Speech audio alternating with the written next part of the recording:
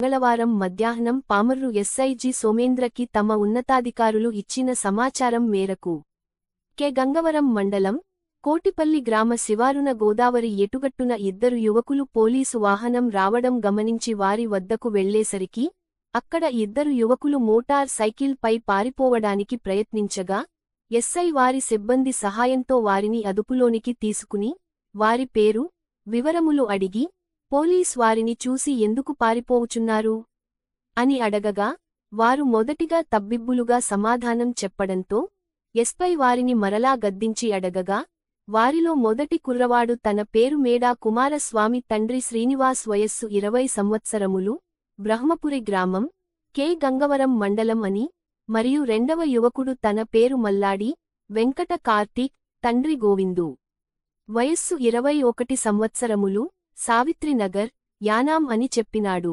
అంతట ఎస్పై పారిపోవుటకు గల కారణం అడుగగా చెడు అలవాట్లకు గంజాయికి బానిసలైనట్లు సదరు గంజాయిని చుట్టూ ప్రక్కల ప్రాంతాలలో వారికి అమ్మి డబ్బులు ఎక్కువగా సంపాదించుకోవచ్చు అని యువకులు ఇద్దరు గంజాయిని ఒకరికి ఒకరు మార్చుకొనుచుండగా పోలీస్ వారు అయిన మీ రాకను గమనించి పట్టుకుంటారని భయంవేసి పారిపోవుచున్నట్లుగా చెప్పినారు.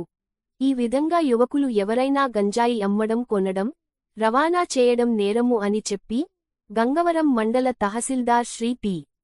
శ్రీరామప్రసాద్ సమక్షంలో గంజాయి కొరకు వారిని సోదా చేయగా మేడా కుమారస్వామి దగ్గర నుండి 50 గ్రాములు గంజాయి మరియు ఒక హోండా డియో కంపెనీకి చెందిన మోటార్ సైకిల్ను మరియు రెండవ యువకుడు అయిన మల్లాడి వెంకట కార్తీక్ వద్ద నుండి 130 గ్రాములు గంజాయి మరియు 2500 రూపాయల నగదును స్వాధీనపరచుకొని వారిద్దరిని అరెస్ట్ చేసి జ్యుడిషియల్ కస్టడీకి పంపడం అయినది. అందరికీ నమస్కారం. ఈ రోజు కోటిపల్లి ఏటుగొట్టు వద్ద మనకి గంజా రవాణా జరుగుతుందని చెప్పి ఇన్ఫర్మేషన్ రాగా నేను నా సిబ్బంది వెంటనే అక్కడికి వెళ్లేసరికి ఇద్దరు అనుమానాస్పదంగా కనిపించారు. వెంటనే నేను నా సిబ్బంది వాళ్ళని విచారించగా వారి వద్ద నుండి 180 గ్రాములు గంజాయి, ఒక బైకు మరియు 2500 రూపాయలు క్యాష్ స్వాధీనపరుచుకున్నాం.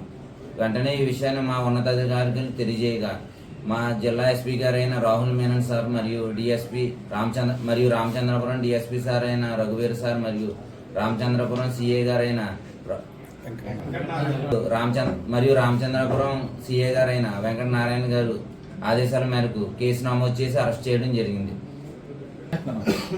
కొత్తకు చెప్పేదేమనగా మత్తు పదార్థాలకు బానిసై అసాంఘిక కార్యకలాపాలు చేస్తూ ఉంటే ఉపేక్షించేది లేదు. వెంటనే చట్టపరంగా రియాక్ట్ అయ్యి కేసులు కట్టి జైలుకు పంపించడం జరిగింది.